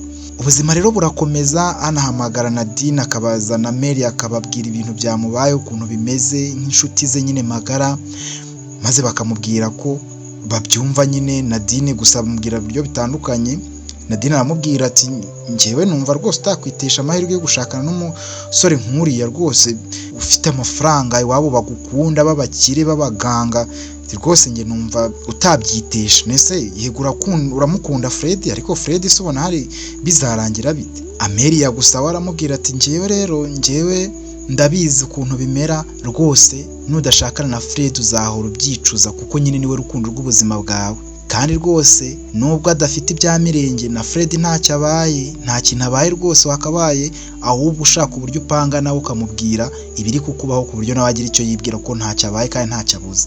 Rero biriya ni ibya mirenge yego, gusa nta mahoro wabibonamo. Anne akabaza Mary ati none se ubwo nkora icyo Mary ko wowe wenda nshimye ubimbwiye? Amera ahita amubwira ati we toroka iwanyu batabizi maze ubure.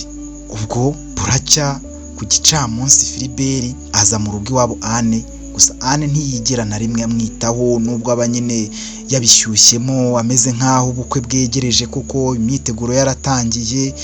Nibwo bwa mbere Philibert yarinze ataha Anne atamuvugishije, anataha atamuherekeje. Gusa hari mama we nyine agakomeza kumwitaho, ariko nawe abibona ko nta rukundo ruhari hagati ya Anne na Philibert. Gusa bose bangaga nanone kwima umuryango wo kwa Anthony icyo ushaka kandi bagifite, kandi nta kindi bafite gusimbuza icyo ngicyo. Ubwo ubuzima bwarakomeje.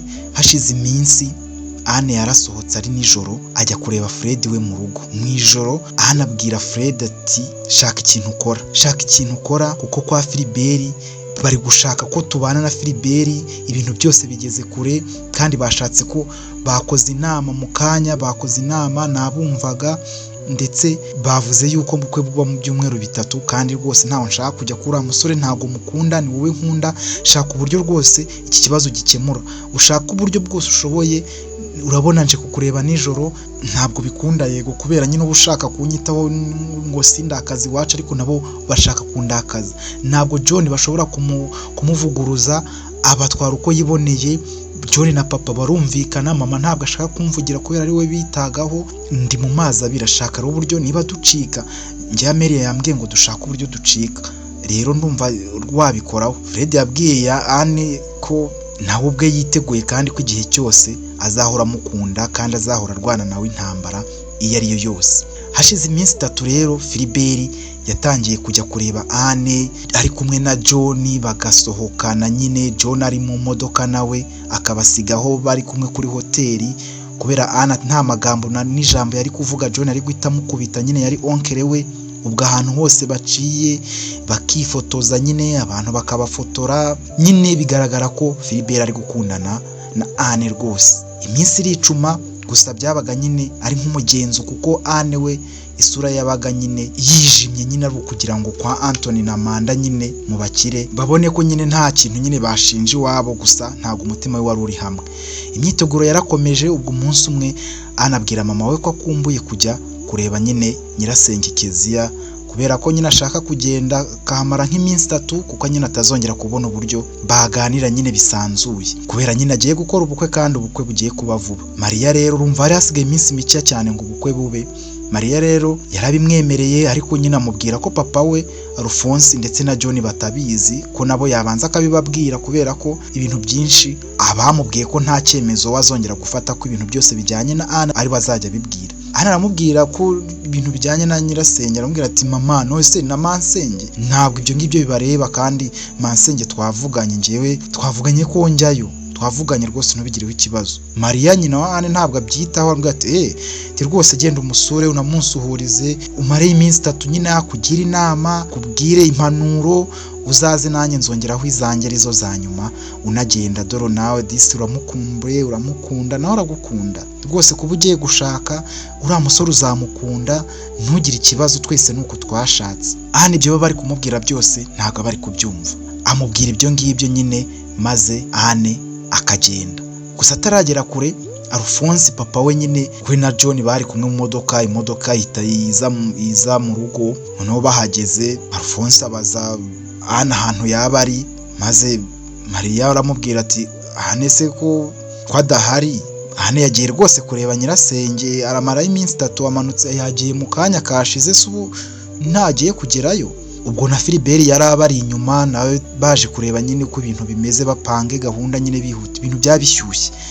ubwo Alphonse yahise ahamagara mushiki we Keza aramubaza niko Anne mwavuganye ko aza kugusura ni gute uvugana na Anne utabanje kumpamagara ngo nsaba umukobwa wanjye gute usigaye wiha izo nshingano ninde wabikubwiye ibyo ngibyo kuki Anne aza mu rugo iwawe akamara iminsi 3 ntabizi ibyo ngibyo wabisobanura ute Keza aramubwira turamenye ushyirwa rero Rufo ngiye hari umukobwa wawe nigeze mvugana nawe uramenye rwose Alphonse ahita agira umujinya bagahita batsa imodoka bakazenguruka ahantu hose Anne yaba arengeye bakahabura ubwo ngubwo baramushakisha bakamushakisha ubwo bahise bamumanuka bwangu Anne akiri kurira moto ahita bamufata baramufashe bamugarura mu rugo Anne bahita bamufungira mu rugo ubwo ngubwo Fred nawe imodoka yaragiye kuzana kugira ngo bapakiremo ibintu Anne yarabonye ari gutinda ashaka nyine kuva aho ngaho hafi kugira ngo aze guhamagara Fred amubwira ahandi amusanga Fred yari atarabona imodoka